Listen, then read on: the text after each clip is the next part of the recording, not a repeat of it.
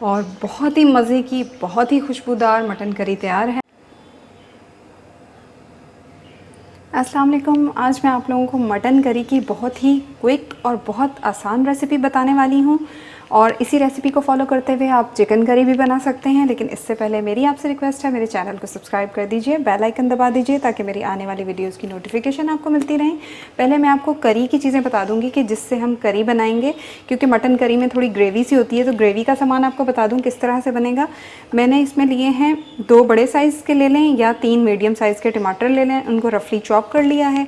और ये मैंने ली है जी 1 कप दही ली है। दही जमाने का तरीका मैं पहले अपनी वीडियो में बता चुकी हूँ, मैं लिंक दे दूँगी, आप उस पर जाके देख लीजिएगा।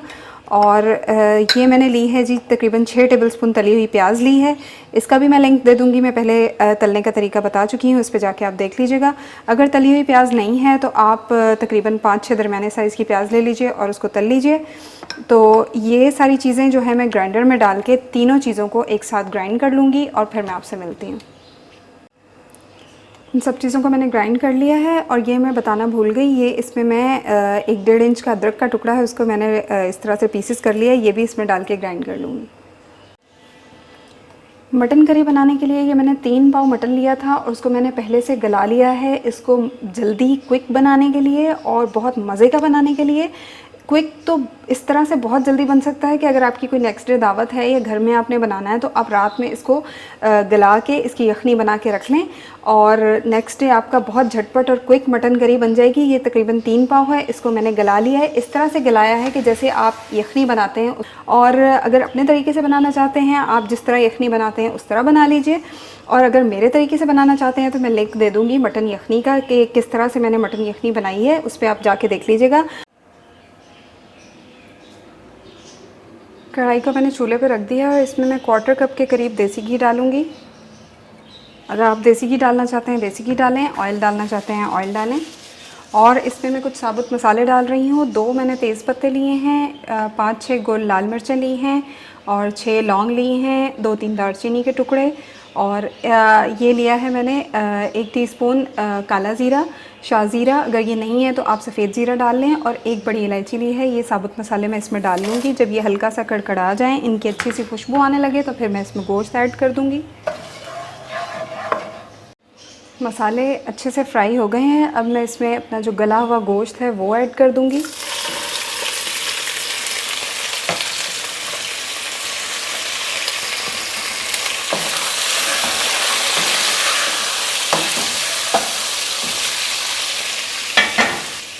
दो 3 मिनट भून लेंगे। गोश्त अच्छा सा 2-3 मिनट फ्राई हो गया है, भून लिया है। अब मैं इसमें मसाले डालूँगी। मैंने 1 टीस्पून पिसी लाल मिर्च ली है, 1 टीस्पून कश्मीरी लाल मिर्च, 1 टीस्पून हल्दी और 1 टीस्पून भुना कुटा ज़ीरा, 1 टीस्पून पिसा धनिया, सूखा धनिया और हाफ़ टीस्पून गरम मसाला और हाफ़ टीस्पून से भी थोड़ा सा कम ही नमक मैंने लिया है। आप अपने टेस्ट के अकॉर्डिंग ले लीजिए, क्योंकि मैंने गोश्त को गलाते हुए, यखनी बनाते हुए नमक ऐड किया हुआ है, इसलिए मैं नमक का इस्तेमाल कम कर रही हूँ। आप अपने जायके के टेस्ट के मुताबिक कर लीजिए। ये सारे मसाले इसमें डाल दूँगी और 1-2 मिनट इसकी भुनाई करने के बाद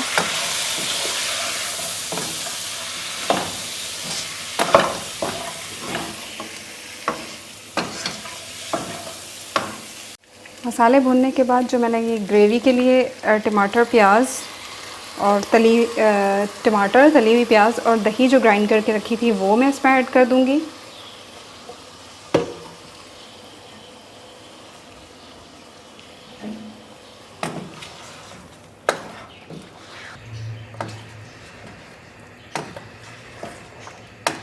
चार 5 मिनट में इसकी भुनाई करूँगी। अब मैं इसके अंदर जो गोश्त को गलाते हुए मैंने यखनी बनाई है थी वो ऐड कर दूँगी। इससे ग्रेवी का टेस्ट बहुत अच्छा आता है, बहुत मज़े का जायका बनता है।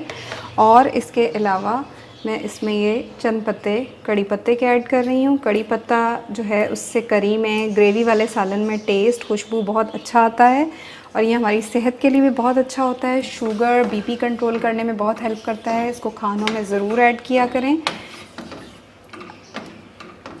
अब इसको जस्ट मिक्स करके और मैं ढक के इसको हल्की फ्लेम पे आधे घंटा 20 मिनट से आधा घंटे तक इसको कुक करूँगी। हर चीज़ पकी हुई है, सिर्फ हमें जो है मसालों को, दही, टमाटर, प्याज को, हर चीज़ का फ्लेवर जो है गोश्त के अंदर अच्छा सा लाना है। तो 20 से 30 मिनट के अंदर मैं आपसे मिलती हूँ, फिर आपको बताती हूँ आगे क्या करना है। करी का ऑयल जो है सारा ऊपर आ चुका है और इस पॉइंट पे आप अपना नमक वगैरह टेस्ट कर लें, कम लग रहा है और ऐड कर लें। मैंने चख लिया है, बिल्कुल परफेक्ट नमक है। अब मैं इसके अंदर क्या करूँगी, थोड़ा सा हरा धनिया और हरी मिर्चें डाल दूँगी और मैं इसमें ये 1 टीस्पून कसूरी मेथी और हाफ़ टी स्पून गरम मसाला ये ऐड कर रही हूँ। कसूरी मेथी से करी में बहुत मज़े की खुशबू और बहुत मज़े का जायका आता है।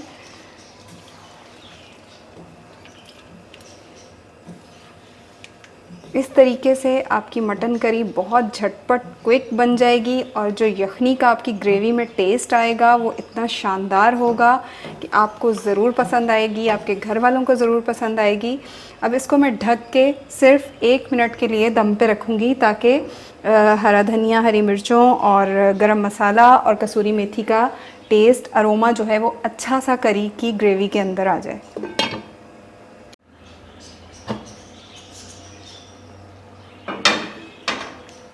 हरी मिर्चें, धनिया, गरम मसाला और कसूरी मेथी डालने के बाद 1 मिनट जो है मैंने इसको दम पे रखा है और बहुत ही मज़े की, बहुत ही खुशबूदार मटन करी तैयार है। मैं चूल्हा बंद कर रही हूँ। आप इसको ज़रूर ट्राई कीजिएगा। यकीन जानिए बहुत आसान और क्विक रेसिपी है और इतनी मज़े की इसकी ग्रेवी है और खुशबू जो है वो मेरे पूरे घर में फैल चुकी है। आप इसको ज़रूर ट्राई कीजिएगा, बहुत मज़े की है। आप सब, आपके घर वालों को, आपको सबको बहुत पसंद आएगी। तो आप इसको ज़रूर ट्राई कीजिएगा। आपको अच्छी लगे तो मेरी वीडियो को लाइक और शेयर कीजिएगा, बेल आइकन दबाइएगा, चैनल को सब्सक्राइब कीजिएगा। बेल आइकन दबाने से मेरी आने वाली वीडियोस की नोटिफिकेशन आपको मिलती रहेगी और आपको मेरी वीडियो अच्छी लगे तो मुझे दुआओं में ज़रूर याद रखिएगा। अल्लाह हाफ़िज़।